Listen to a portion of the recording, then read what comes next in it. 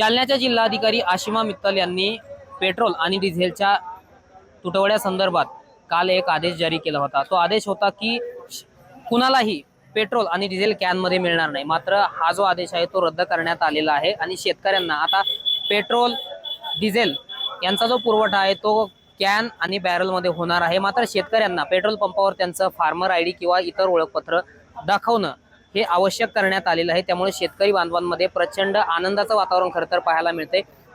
हा जो आदेश काढलेला होता त्यानंतर शेतकऱ्यांमध्ये प्रचंड संतापाची लाट पाहायला मिळालेली होती। शेतकऱ्यांना डिझेल मिळत नव्हतं, त्यामुळे मशागतीची कामं जी आहेत ती खोळंबलेली होती। मात्र आदेश रद्द केल्यानंतर शेतकरी बांधव काही खुश असल्याचं चित्र आपल्याला पाहायला मिळतंय। या ठिकाणी एका पेट्रोल पंपावरती मी आहे, मोठ्या प्रमाणावर या ठिकाणी आपण जर पाहिलं तर शेतकरी बांधवांनी कॅन या ठिकाणी पेट्रोल आणि डिझेल भरण्यासाठी आणलेले आहे। खरं तर खरीप हंगामाच्या तोंडावरच हा आदेश जो आहे तो लागू केलेला होता, त्यामुळे शेतकरी बांधवांमध्ये प्रचंड नाराजीचं वातावरण होतं। मात्र अगदी थोड्या वेळापूर्वीच जिल्हाधिकाऱ्यांनी हा जो आदेश आहे तो रद्द केला आहे आणि नव्याने त्या संदर्भात आदेश काढला। आपल्यासोबत काही शेतकरी आहेत, ग्रामीण भागातून आलेले आहेत। मला सांगा, जिल्हाधिकाऱ्यांनी आदेश रद्द केला आहे, अभिनंदन त्यांचं बरं आदेश रद्द केल्याबद्दल।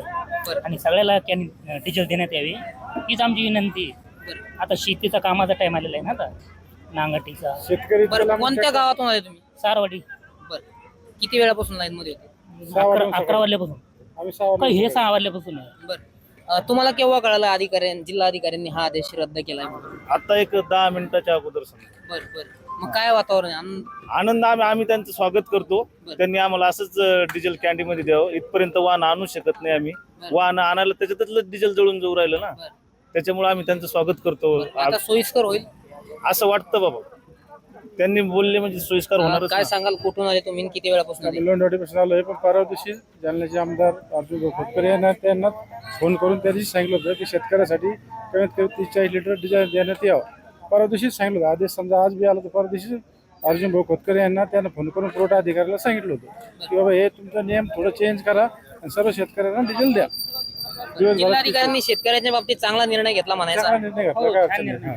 जिल्हाधिकाऱ्यांनी निर्णय चांगला, भाऊ बी बोलले अभिनंदन आणि साहेबाचं बी अभिनंदन। एकूणच आपण पाहतोय की जिल्हाधिकाऱ्यांनी जो निर्णय घेतला त्या संदर्भात शेतकऱ्यांनी जिल्हाधिकाऱ्यांचं अभिनंदन केलेलं आहे। कारण मशागतीची कामं खोळंबलेली होती, त्यानंतर शेतकऱ्यांमध्ये प्रचंड संतापाची लाट खरं तर पाहायला मिळालेली होती। जालना शहरासह ग्रामीण भागात अनेक ठिकाणी पेट्रोल पंपावरती कॅनमध्ये पेट्रोल आणि डिझेलचा पुरवठा करू नये असे आदेशच जिल्हाधिकाऱ्यांनी काढलेले होते। मात्र काही वेळापूर्वीच हे जे आदेश आहे ते रद्द करण्यात आलेले आहे। त्यामुळे आपण पाहिलं की शेतकऱ्यांनी प्रतिक्रिया देताना अतिशय आनंद व्यक्त केलेला आहे। त्यामुळे जिल्हाधिकाऱ्यांचं सुद्धा त्यांनी अभिनंदन या निर्णयाचं केलेलं आहे। त्यामुळे शेतकऱ्यांना आता कॅनमध्ये आणि बॅरलमध्ये सुद्धा डिझेल मिळणार आहे। रामनाथ ढाकणे, TV9 मराठी, जालना।